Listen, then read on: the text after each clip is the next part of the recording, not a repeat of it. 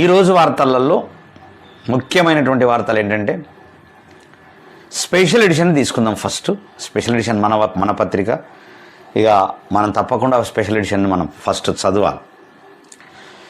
దాంట్లో today special ఏమంటుంది, ఆ టుడే స్పెషల్ని ఒకసారి చూద్దాం. కుర్చీలో కూర్చున్నంత మాత్రాన నాయకత్వం రాదు. కష్టం చూసిన వాడికే ప్రజల బాధ అర్థమవుతుంది. చెప్పే మాటలకు బలం ఉండాలి.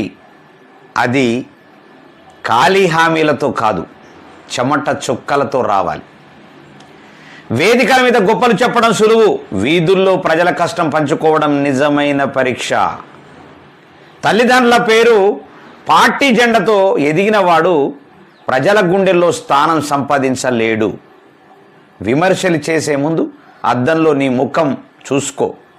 నీ చేతులతో చేసిన పని ఎంత ఉందో లెక్క వేసుకో. నీతులు చెప్పే ముందు నీ జీవితం ప్రశ్నించుకో. ప్రజల కోసం నువ్వు చేసిన త్యాగం ఏంటో గుర్తు చేసుకో. జేబు ఖాళీగా ఉన్నప్పుడు మాటలు అదుపులో పెట్టగలిగితే పదవి ఉన్నప్పుడు అహంకారం అదుపులో పెట్టడం నేర్చుకో. నాయకుడి విలువ మాటల్లో కాదు, ప్రజల నమ్మకంలో ఉంటుంది.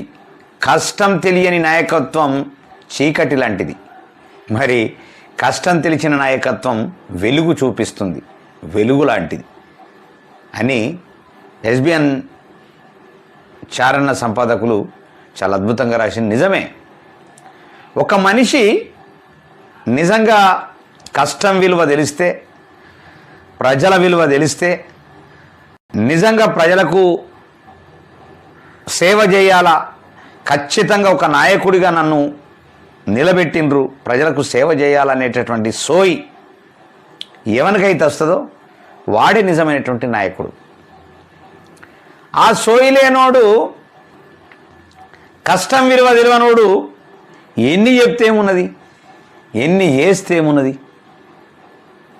ఎంత సంపాదిస్తే ఎవరి కోసం, ఆ సంపాదన ఎవరి కోసం అనేటటువంటిది మనకు టుడే స్పెషల్ ఇయర్ చెప్పింది.